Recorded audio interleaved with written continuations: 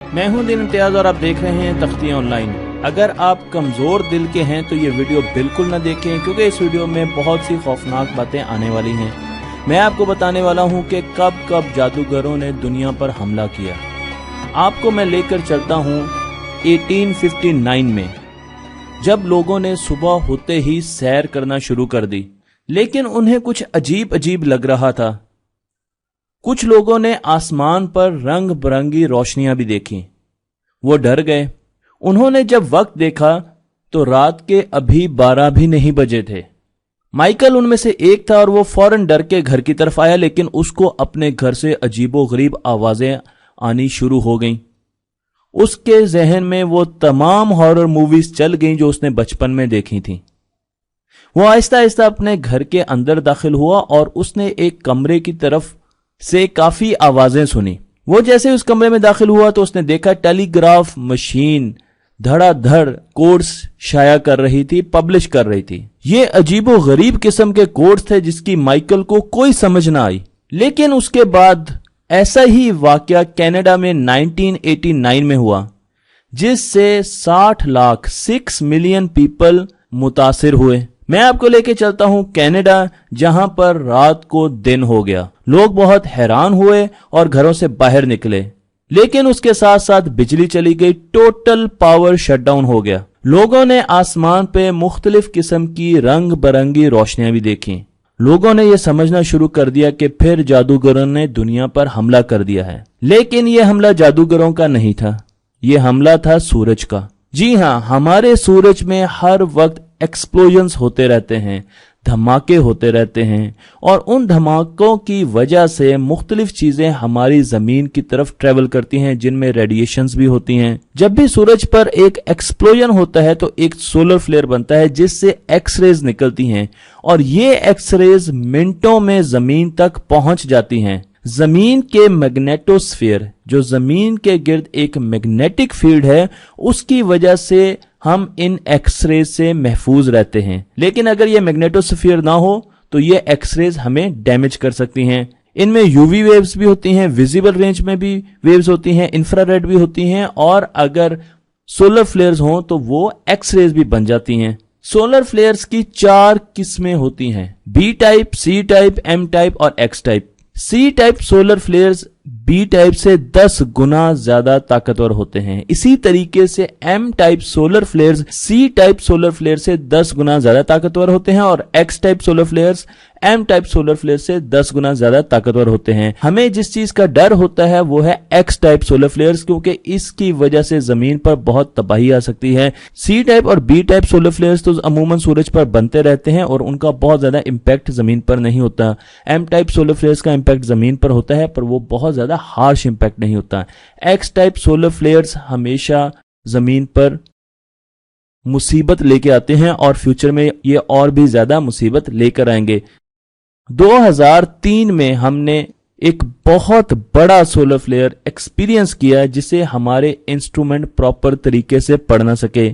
इसकी value X28 थी, और उसकी भी वजह यह कि हमारे इंस्ट्रूमेंट ओवरलोड हो चुके थे।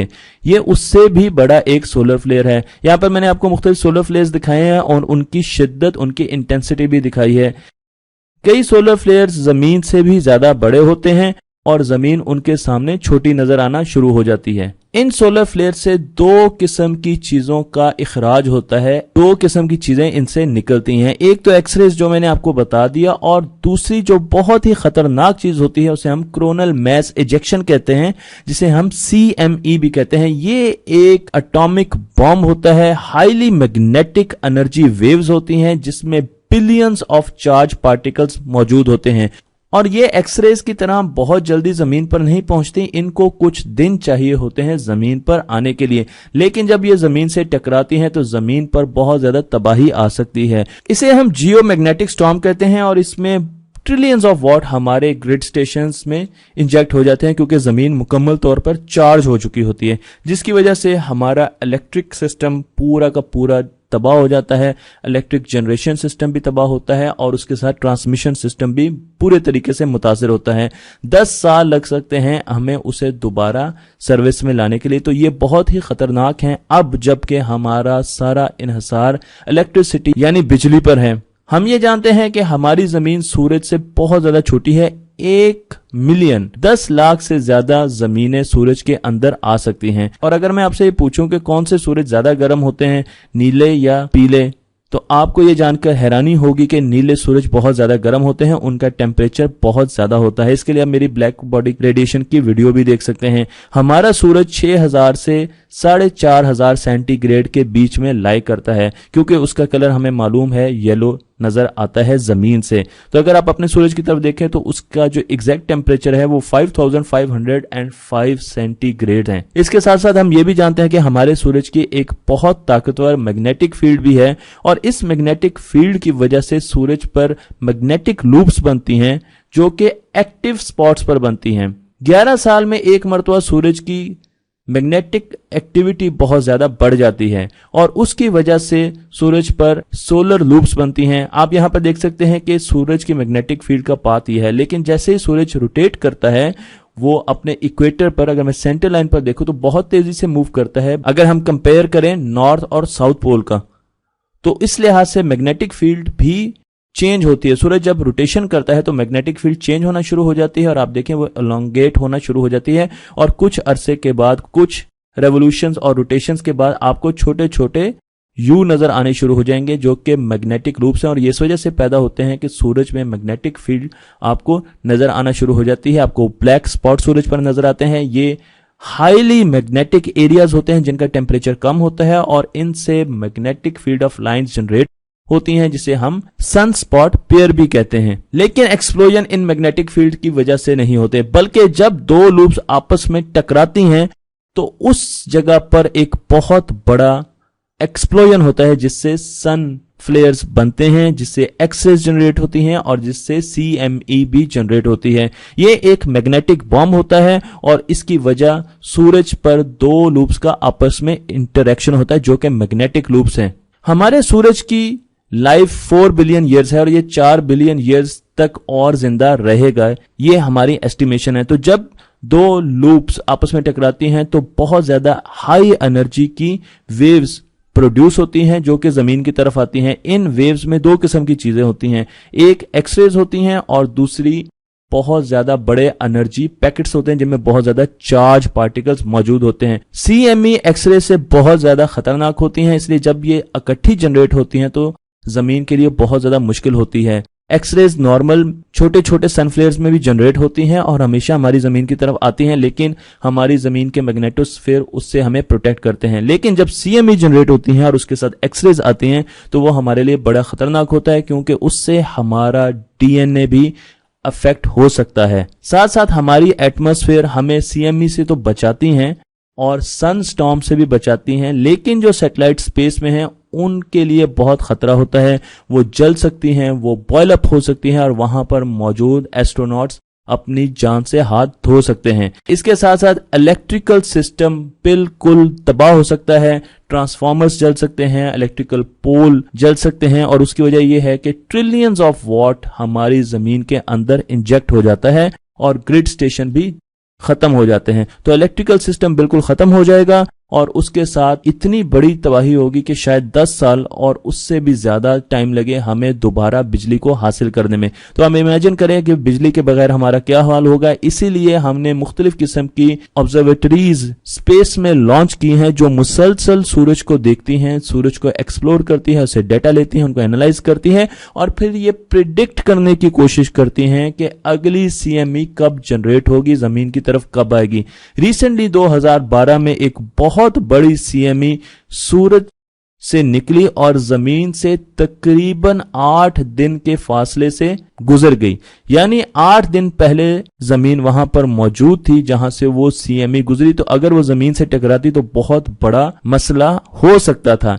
हमने मुख्तलिफ किस्म की ऑब्जर्वेटरी स्पेस में भेजी हुई हैं, जिसमें से एक STO है जो कि हमें बहुत अच्छे हाई डेफिनेशन सूरज की वीडियोस और इमेजेस भेजती है, जिससे हमें सूरज की एक्टिविटी का पता चलता है। हमें यह अंदाजा होता है कि सोलर एक्टिविटी कैसे हो रही है, क्योंकि सोलर एक्टिविटी 11 साल के बाद अपने आप को रिपीट करती है, इसका साइकिल है, और उससे हमें यह अंदाजा होता है कि सूरज कब CME जनरेट करने वाला है। लेकिन इस प्रिडिक्शन से हमें फायदा क्या होगा? क्या हम अपनी सैटेलाइट्स को बचा लेंगे? क्या हम अपने पावर सिस्टम को बचा लेंगे? तो एक तरीका सिंपल यह है कि हम अपने पावर सिस्टम को CME के आने से पहले बंद कर देंगे, जमीन पर इंटेंशनल ब्लैकआउट कर देंगे, ताकि जमीन चार्ज हो, और फिर जब वो चार्ज खत्म हो जाए तो हम अपने सिस्टम्स को दोबारा सर्विस में ले लें। इसी तरीके से स्पेस में भी हमें कुछ ऐसा करना पड़ेगा कि अगर एक CME आकर सैटेलाइट से टकराती है तो वहां पर हमारा बहुत बड़ा नुकसान हो, जिस पर हम बहुत ज्यादा रिसर्च कर रहे हैं।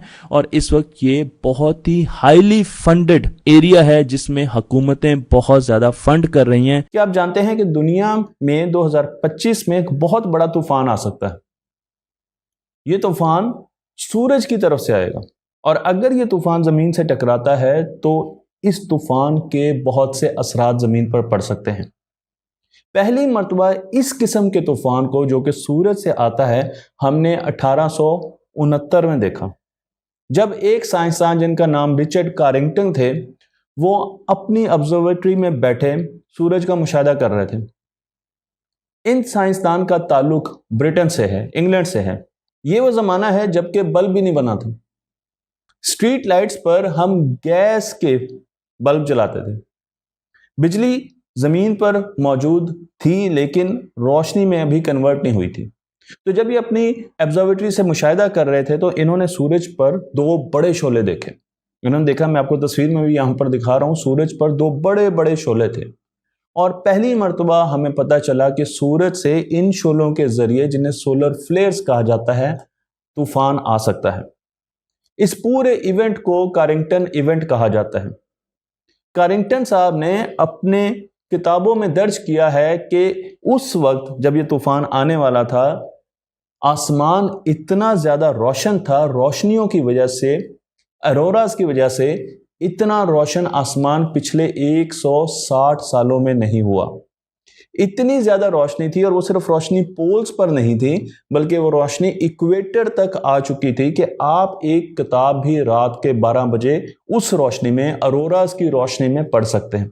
अगर आपको अरोरा के बारे में मालूम नहीं है तो मैं बहुत सी वीडियोस बना चुका हूं, लेकिन आप जानते ही होंगे कि नॉर्थ और साउथ पोल पर आपको सब्ज रंग की, गुलाबी रंग की, मुख्तलिफ रंग की रात को रोशनियां नजर आती हैं, जिन्हें अरोरास कहा जाता है। इस इवेंट को उन्होंने दर्ज किया, और ये जो ड्राइंग मैं आपको दिखा रहा हूं, ये उन्हीं की बनाई हुई ड्राइंग है। मैं आपको ये भी बताता चलूं कि उस वक्त जितनी भी कम्युनिकेशन थी, ज़राए मवासलात थे, वो टेलीग्राफ के मरहूने मिन्नत थे। टेलीग्राफ के जरिए हम दूर दराज सिग्नल्स भेजते थे, मैसेजेस भेजते थे। और जब ये एटमॉस्फेयर चार्ज हो गई, इसमें एनर्जी आ गई सूरज की तरफ से, तो ये भी देखा गया कि टेलीग्राफ ने खुद ब खुद सिग्नल्स देना और कैच करना शुरू कर दिए। मैं आपको यहाँ पर टेलीग्राफ के सिग्नल्स, जिन्हें हम फॉल्स एक्चुएशंस कहते हैं, वो यहाँ पर दिखा रहा हूँ, क्योंकि इतनी ज़्यादा एनर्जी एटमॉस्फेयर में आ चुकी थी कि अब हमें बैटरीज की ज़रूरत ही नहीं थी टेलीग्राफ को ऑपरेट करने के लिए। तो हमें दूसरी तरफ फिक्टिशियस किस्म के ना समझ आने वाले मैसेजेस मिलना शुरू हो गए। यह भी देखा गया कि टेलीग्राफ की केबल्स में कई जगह पर स्पार्किंग भी हुई। अगर स्पार्किंग हो सकती है तो इसका मतलब यह है कि ग्रिड स्टेशन, जहां पर पावर केबल्स होती हैं, वहां पर भी असरात हुए होंगे। 2025 में हम ये समझते हैं कि अगर ऐसा सोलर स्टॉर्म हमें आकर टकराता है तो उससे सबसे ज्यादा नुकसान बिजली को होगा। पावर ग्रिड्स फेल होंगे, इंटरनेट खत्म होगा, मोबाइल कम्युनिकेशन खत्म होगी, और उसके साथ साथ एक अंदाजे के मुताबिक 40 मिलियन यानी 4 करोड़ लोग कई सालों तक बगैर बिजली के रह सकते हैं। अगर ये सोलर स्टॉर्म हमारी जमीन से टकराता है तो कंडीशनल स्टेटमेंट है। हम अगर सूरज की बात करें तो सूरज एक बहुत बड़ी प्लाज्मा की गेंद है जो कि रोटेट कर रही है, लेकिन इसकी रोटेशन अपने गिर्द इक्वेटर में 25 दिनों में कंप्लीट हो जाती है। जब हम पोल की तरफ जाते हैं तो इसकी रोटेशन 35 से 37 दिनों में कंप्लीट होती है। तो एक रोटेशन पोल्स पर 37 दिनों में कंप्लीट हो रही है, जबकि इक्वेटर पर वही रोटेशन 25 दिनों में कंप्लीट हो रही है। इसकी वजह से जितनी भी मैग्नेटिक फील्ड की लाइंस होती हैं, आपने कई मरतबा जब सूरज को देखा होगा, जब मैं भी टेलीस्कोप के जरिए सूरज को देखता हूं तो हमें ब्लैक स्पॉट्स नजर आते हैं, और वो ब्लैक स्पॉट्स ऐसी जगह होती हैं जहां पर मैग्नेटिक फील्ड बहुत ज्यादा है, तो उनके बीच में मैग्नेटिक लाइंस होती हैं। अब जब रोटेशन डिफरेंट है डिफरेंट हिस्सों की, तो मैग्नेटिक लाइंस आपस में ट्विस्ट करना शुरू हो जाती हैं। बिल्कुल ऐसे ही जैसे आप एक रबर बैंड को लें और उसको घुमाते जाएं तो आप देखेंगे उसमें एनर्जी स्टोर हो रही है, वो टाइट होता जाएगा, उसमें एनर्जी स्टोर होती रहेगी। जब आप उसको छोड़ेंगे तो एकदम जूम करके वो वापस अपनी कंडीशन में आएगा और आपको एक स्पार्क की सी कैफियत मिलेगी। स्पार्क तो नहीं होगा, लेकिन स्पार्क की सी कैफियत मिलेगी। बिल्कुल ऐसे ही मैग्नेटिक लाइंस करती हैं। जब सूरज की रोटेशन हो रही होती है तो आहिस्ता आहिस्ता मैग्नेटिक फील्ड की लाइंस आपस में ट्विस्ट कर रही होती हैं और उनमें वाइंडिंग इफेक्ट आ रहा होता है, बिल्कुल ऐसे जैसे रबर बैंड में आ रहा है।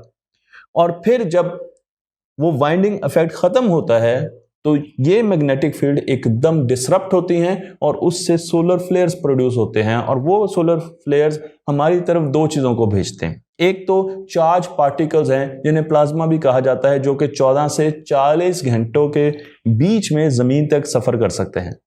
तो हमारे पास जो चार्ज पार्टिकल्स हैं वो 2 दिन के करीब और 1 दिन के करीब, 1 से 2 दिन के बीच में जमीन पर पहुंच सकते हैं। लेकिन जो रेडिएशंस हैं, जो एक्स रेज हैं, जो बाकी रेज हैं, जो इलेक्ट्रोमैग्नेटिक रेडिएशंस हैं, वो 8 मिनट में हम तक पहुंचते हैं, जिस टाइम में सूरज की रोशनी हम तक पहुंचती है। मैं आपको यह भी बताता चलूं कि जब सोलर फ्लेयर एब्रप्ट होता है, सोलर फ्लेयर एक फटता है, बनता है, तो ये फिनोमिना, ये जो एक्सप्लोजन है, सोलर सिस्टम में सबसे बड़ा फिनोमिना है, सबसे बड़ा एक्सप्लोजन होता है, और इसकी वजह मैग्नेटिक फील्ड होती है। लेकिन अगर ये सोलर फ्लेयर हमारी तरफ आता है तो इसके नुकसान जमीन पर क्या होंगे? पहली बात यह है कि हमारी जमीन के बाहर सैटेलाइट्स का एक जमघटा है। तो सबसे पहले सैटेलाइट्स को 2 किस्म के नुकसान पहुंच सकते हैं। पहला नुकसान होगा रेडिएशन से। याद रखें 2 चीजें आ रही है, रेडिएशन आ रही हैं और हमारे पास प्लाज्मा यानी कि आयोनाइज्ड पार्टिकल्स, चार्ज पार्टिकल्स आ रहे हैं। तो अगर रेडिएशन आती हैं वो टेम्परेचर ज्यादा कर सकते हैं, हीट दे सकती हैं इन सारी सैटेलाइट्स को और इलेक्ट्रॉनिक्स को, जिसके जरिए वो फ्राई हो सकते हैं। इसका मतलब ये है कि वो काम करना छोड़ सकते हैं। स्पेशली वो सैटेलाइट्स जो कि हमारी मैग्नेटिक फील्ड के, जमीन की मैग्नेटिक फील्ड के बाहर है। जमीन के गिर्द भी एक मैग्नेटिक फील्ड है, जमीन एक मैग्नेट है, उसके बाहर जो सैटेलाइट्स हैं उन पर सोलर फ्लेयर्स का बहुत ज्यादा इफेक्ट हो सकता है। तो एक तो ये कि चार्ज पार्टिकल्स आकर उनको हिट करेंगे और वो इन सैटेलाइट्स को चार्ज करना शुरू कर देंगे। उसके वजह से यहाँ पर स्पार्किंग हो सकती है, आपका जीपीएस सिस्टम डाउन हो सकता है, आपके रेडियो सिग्नल्स डाउन हो सकते हैं, और सैटेलाइट्स जो कि मैग्नेटिक फील्ड के बाहर हैं वो खत्म हो सकती हैं। लेकिन एक तीसरा फिनोमिना भी है, और वो फिनोमिना ये है कि जब ये रेडिएशन आकर, क्योंकि ये बहुत ज़्यादा इंटेंस रेडिएशन है, आकर ज़मीन के बाहर के खौल को यानी हमारी एटमॉस्फेयर को गर्म करना शुरू कर देती है, और हमारी एटमॉस्फेयर गैसेस की बनी हुई है, तो हम ज़मीन की एटमॉस्फेयर आहिस्ता आहिस्ता फैलना शुरू कर देगी, बाहर की तरफ निकलना शुरू कर देगी, और सैटेलाइट्स अपनी जगह पर रिवॉल्व कर रही हैं। अब ज़मीन की जो एटमॉस्फेयर वो यहाँ पर है, लेकिन जब वो गर्म होगी तो वो एक्सपैंड होगी, और उसकी वजह से सैटेलाइट इस एटमॉस्फेयर के बीच में आ सकती है। जब सैटेलाइट इसके बीच में आएगी तो यहां पर अब ड्रैग फोर्स मिलना शुरू हो जाएगी, फ्रिक्शन आ जाएगी, क्योंकि अब गैसेस आ गई हैं सैटेलाइट के पाथ में, और सैटेलाइट आहिस्ता आहिस्ता, जो लो अर्थ ऑर्बिट की सैटेलाइट्स हैं, जिस तरह इलॉन मस्क सामने सैटेलाइट्स इस वक्त छोड़ी हुई हैं स्टारलिंक की, वो आहिस्ता आहिस्ता ड्रैग फोर्स की वजह से जलकर जमीन पर गिर सकती हैं। यहां पर एक और इफेक्ट भी मैं आपको बताता चलूं, जो कि मैं आपको पहले भी बता चुका हूं, और वो है ग्रिड स्टेशंस का। अब जब एटमॉस्फेयर आपकी पूरे तरीके से चार्ज हो गई है और उसमें करंट फ्लो कर रहा है, आपकी एटमॉस्फेयर में आपको मुख्तलिफ किस्म की लाइटिंग भी नजर आएगी, तो करंट की वजह से आपके क्रस्ट यानी जमीन के क्रस्ट में इंड्यूस करंट फ्लो करेगा, इंड्यूस करंट प्रोड्यूस होगा। जब जमीन में करंट फ्लो करेगा तो अब यहां पर हम 2 किस्म के काम करते हैं। एक तो ये कि जितने भी इलेक्ट्रिकल सिस्टम होते हैं उनकी जो प्रोटेक्शन होती है, यानी जो उनकी ग्राउंडिंग होती है, वो जमीन के साथ अमूमन हमने की होती है। और अगर उसी में करंट फ्लो कर रहा है तो इसका मतलब यह है कि करंट को एक रिवर्स पाथ मिल रहा है, जो कि आपकी जितनी भी प्रोटेक्शन सिस्टम है उनके लिए तबाही कर सकता है। और दूसरी बात यह कि हम जितनी भी रिटर्न पाथ्स हैं वो भी जमीन से लेते हैं, तो वहां पर भी इन सिग्नल्स के साथ हमारे इंड्यूस करंट आ सकते हैं और वो हमारे इलेक्ट्रिक सिस्टम्स को तबाह कर सकते हैं। इसलिए ग्रिड स्टेशंस, इनके फेलियर्स के चांसेस बहुत ज़्यादा हैं और कहा जाता है कि जब ये इवेंट आएगा तो ऐसे फेलियर्स आपको नजर आएंगे, और हम पहले भी ऐसे फेलियर्स देख चुके हैं। मैं आपको 1989 में एक ब्लैकआउट की तरफ लेके चलता हूं जो कि क्यूबेक में हुआ था। इस ब्लैकआउट की वजह सोलर फ्लेयर थे, सोलर स्टॉर्म था। 2 सोलर स्टॉर्म आए थे, एक आया था मार्च में और उसकी वजह से 12 घंटे ग्रिड स्टेशंस का ब्लैकआउट रहा। लेकिन उसके बाद उसी साल अगस्त में भी एक बड़ा फ्लेयर आया और उसकी वजह से काफी दिनों तक कई जगहों पर बिजली ना आई, इलेक्ट्रॉनिक चिप्स फेल हो गई और उसके साथ साथ ग्रिड स्टेशंस भी डाउन हो गए। मैं आपको यह भी बताता चलूं कि ऐसे फ्लेयर्स जो कि कम इंटेंसिटी वाले हैं वो जमीन पर आते रहते हैं। अभी 2022 में एक सोलर फ्लेयर ने जमीन को हिट किया और उसकी वजह से स्टारलिंक की, इलॉन मस्क साहब की 40 सैटेलाइट अपने ऑर्बिट से बाहर निकल गई थी, लेकिन फिर वो आहिस्ता आहिस्ता दोबारा अपनी जो कोर्स अलाइनमेंट है वो उन्होंने की। आखिर 2025 में ही ऐसा क्यों होने जा रहा है? उसकी एक छोटी वजह यह है कि सोलर साइकिल 11 साल का है। हमारे सूरज का सोलर साइकिल 11 साल का है। उसका मतलब यह है कि 11 सालों के बाद सूरज की नॉर्थ और साउथ मैग्नेटिक पोल्स आपस में स्विच कर जाते हैं और उसकी वजह से बहुत बड़ी डिसरप्शन आती है और सोलर फ्लेयर्स प्रोड्यूस हो सकते हैं। मैं आपको यह भी बता दूं कि जब ये दोनों मैग्नेटिक फील्ड्स आपस में स्विच करने के करीब होती हैं तो आपको सूरज पर ज्यादा ब्लैक स्पॉट्स नजर आने शुरू हो जाएंगे। अगर आज आप टेलीस्कोप के जरिए सूरज को देखें तो आपको ब्लैक स्पॉट्स नजर आएंगे। 2024 में आपको और ज्यादा नजर आएंगे, 2025 में आपको इससे भी ज्यादा नजर आएंगे, लेकिन फिर एकदम ये ब्लैक स्पॉट्स खत्म हो जाएंगे, कम हो जाएंगे और फिर 11 साल के बाद यानी 2036 के करीब जाकर आपको ब्लैक स्पॉट्स नजर आएंगे। हम जहां सैटेलाइट्स के बारे में बहुत फिक्रमंद हैं कि उनकी इलेक्ट्रॉनिक्स खराब हो सकती है, वहां पर एस्ट्रोनॉट्स की सेहत का भी हमें ख्याल है, क्योंकि जो रेडिएशन आकर हिट करेंगी और जो सोलर फ्लेयर से मैग्नेटिक पार्टिकल्स आकर हिट करेंगे वो इंसान के डीएनए को भी चेंज कर सकते हैं, वो एस्ट्रोनॉट के डीएनए को बदल सकते हैं। इसलिए उनका भी ख्याल रखना बहुत ज़रूरी है। अभी मैं आपको ये बता दूं कि इस वक्त बहुत कम चांसेस हैं कि 2025 में ये फ्लेयर हमसे टकराएगा, तकरीबन 3% चांसेस हैं। लेकिन अगर खुदा ना खास्ता ये फ्लेयर हमसे टकराता है तो दुनिया 20 साल पीछे चली जाएगी। अब हमने करना क्या है? इसका तरीका बड़ा सिंपल है। ऐसे फ्लेयर से बचने के लिए, क्योंकि ये फ्लेयर्स तो हमेशा आते रहेंगे और क्योंकि अब हमने टेक्नोलॉजी बना ली है तो हमें इनका ज़्यादा डर है, हमें अंडर सी केबल्स डालनी पड़ेंगी। मैं इलॉन मस्क साहब से माजरत के साथ ये कहना चाहूँगा कि सैटेलाइट्स को इंटरनेट और जीपीएस से ओवरलोड नहीं करना चाहिए, बल्कि अब जो इसके बारे में, इसके तदारुक के बारे में बात हो रही है उसमें कहा जा रहा है कि हमें अंडर सी ज़्यादा से ज़्यादा कम्युनिकेशन करनी चाहिए और उसके साथ एक ऐसा अलार्म सिस्टम बनाना चाहिए जिससे हम पहले ही प्रिडिक्ट कर सकें कि इस साल सोलर फ्लेयर आ सकेगा और उसके लिए हमने क्या एहतियाती तदाबीर लेनी है। नाजरीन, ये बात है सन 1859 की, जब एक ब्रिटिश साइंसदान जिनका नाम रिचर्ड कैरिंगटन था सूरज पर मौजूद सन स्पॉट्स को देख रहे थे और तब उन्होंने सूरज से निकलती हुई चमक को नोट किया। ये रोशनी तकरीबन 5 मिनट तक सूरज से निकलती रही और वो मुसलसल इसे देखते रहे, लेकिन इन्हें इल्म नहीं था कि ये तारीख का सबसे बड़ा सोलर स्टॉर्म है जिसे बाद में कैरिंगटन इवेंट का नाम दिया गया, और ये सोलर स्टॉर्म ज़मीन पर मैस डिस्ट्रक्शन की वजह बना। इस सोलर स्टॉर्म की वजह से इस कदर रोशन ऑरोरास बने कि लोग रात के वक्त 1 बजे जाग उठे, क्योंकि वो समझ रहे थे कि सूरज निकल आया है और सुबह हो गई है। हैरानकुन तौर पर यह अरोरास तकरीबन पूरी दुनिया में देखे गए, जबकि आम हालात में हमें अरोरास सिर्फ आइसलैंड और फिनलैंड में ही देखने को मिलते हैं। सन 1859 में इस इवेंट की वजह से दुनिया भर में मौजूद टेलीग्राफ सिस्टम पावर के बगैर ही काम कर रहे थे और न्यूयॉर्क से पिट्सबर्ग तक पैगामात की तरसील बगैर किसी पावर के हो रही थी।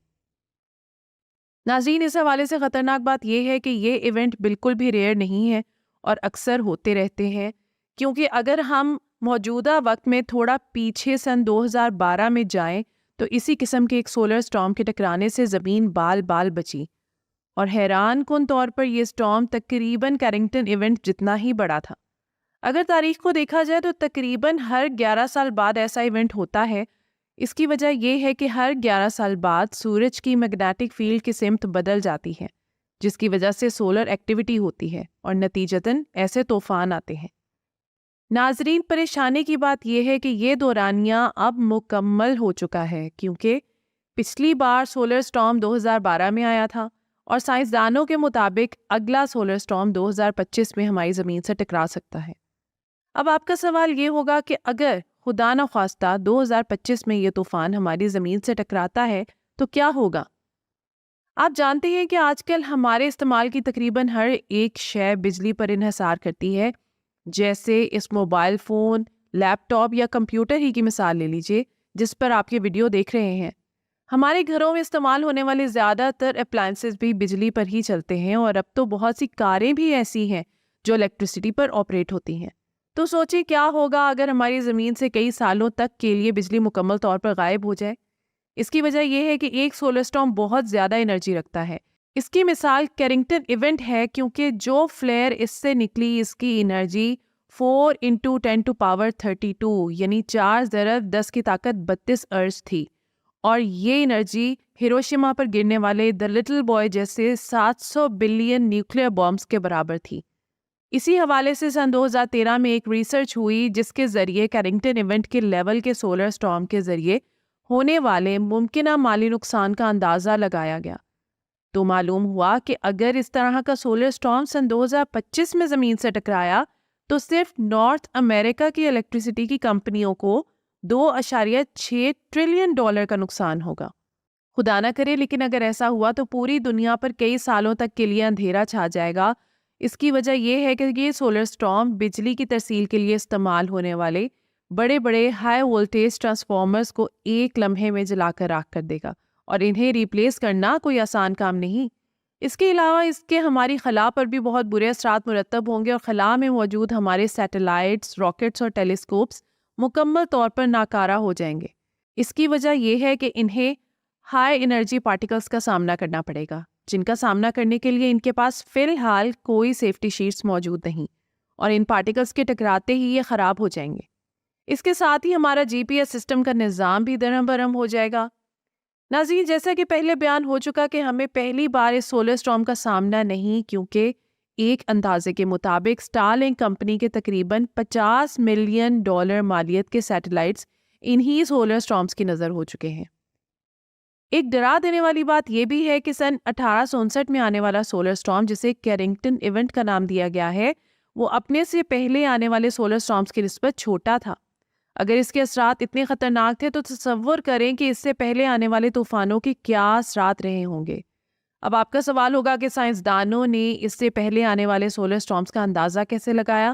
تو اس کے لیے انہوں نے کاربن 14 کی ٹیکنیک کا استعمال کیا، اور بہت زیادہ پرانے درختوں کے فوسلز میں، جن کی حالت ابھی اتنی خراب نہیں تھی، موجود رنگز کا مطالعہ کیا اور کاربن 14 کی مقدار معلوم کی، جو یہ بتا رہی تھی کہ سن 774 774 اور 994 994 میں بہت بڑے سولر اسٹارمز آئے، جو شاید کیرنگٹن ایونٹ سے بھی 10 گنا سے 100 گنا تک بڑے تھے۔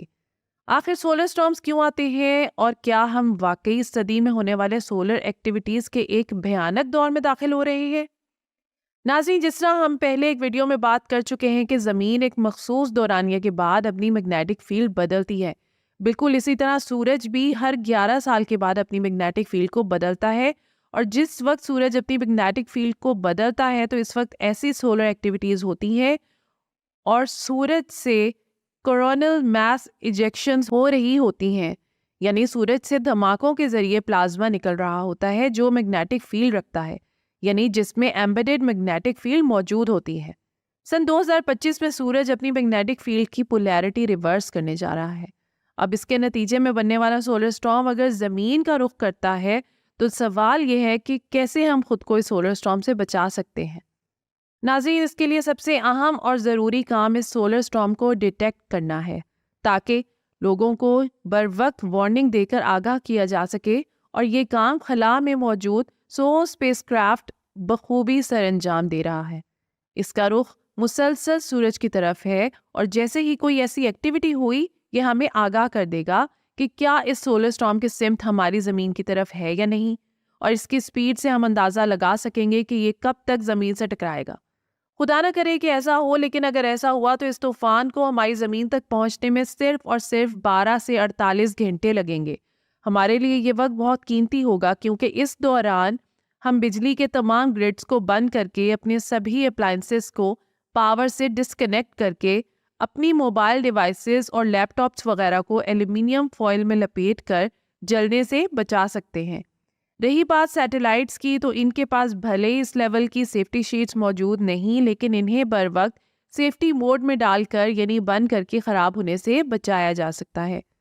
اگر ہم نے یہ سب وقت پر اور ٹھیک سے کر لیا تو ہم اپنی الیکٹرانکس کی چیزوں کو تو جلنے سے بچا سکتے ہیں، لیکن ہاسپٹلس کے ایمرجنسی وارڈز میں موجود ڈاکٹرز اور مریضوں کو پریشانی کا سامنا کرنا پڑ سکتا ہے، کیونکہ وہاں الیکٹریسٹی کے بغیر کام کرنا ممکن نہیں، اور اس وجہ سے کئی قیمتی جانیں ضائع ہو سکتی ہیں۔ جہاں اس دوران آپ بہت سے الیکٹرانک اپلائنسز اور کمپوننٹس کو بند کر کے اور ایلومینیم فوائل میں لپیٹ کر جلنے سے بچا سکتے ہیں، وہیں بہت سے الیکٹرانک کمپوننٹس ایسے ہیں جو شاید آپ نہیں بچا پائیں گے، جیسے کہ آپ کی کار میں لگی LCD اسکرین، چارجنگ پورٹس اور کیمرے وغیرہ، کیونکہ یہ مسلسل بیٹری کے ساتھ کنیکٹڈ ہوتے ہیں، لیکن انہیں کار کی بیٹری نکال کر خراب ہونے سے بچایا جا سکتا ہے۔ ناظرین، ایک اچھی خبر یہ ہے کہ سولر اسٹارم کے زمین سے ٹکرانے کے چانسز بہت کم ہیں، لیکن 0 بالکل بھی نہیں، کیونکہ کچھ سائنسدانوں کے مطابق 12% چانس ہیں کہ اگلے 10 سالوں کے دوران ہماری زمین سے کیرنگٹن ایونٹ جتنا بڑا سولر اسٹارم ٹکرا جائے۔ ناظرین، سولر اسٹارم ایسٹرائیڈ کی طرح کسی مخصوص علاقے سے نہیں ٹکراتے، بلکہ یہ ایسا خطرہ ہے جو پوری دنیا کے لیے ایک جیسا ہے۔ یہ بات اہم نہیں کہ ہماری زمین سے کوئی سولر اسٹارم ٹکرا سکتا ہے یا نہیں، اہم یہ ہے کہ یہ اسٹارم کب اور کس وقت ٹکرائے گا، تاکہ ہم اپنے آپ کو تیار رکھ سکیں اور اس کے نقصان کو جس حد تک ہو سکے کم کر سکیں۔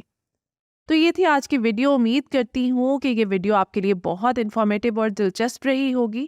آپ سے گزارش ہے کہ ویڈیو کو لائک کریں، اور ایسی ہی مزید دلچسپ، انفارمیٹیو اور ایجوکیشنل ویڈیوز کے لیے ہمارے چینل تختی آن لائن کو سبسکرائب کر کے بیل آئیکن کو بھی لازمی پریس کریں۔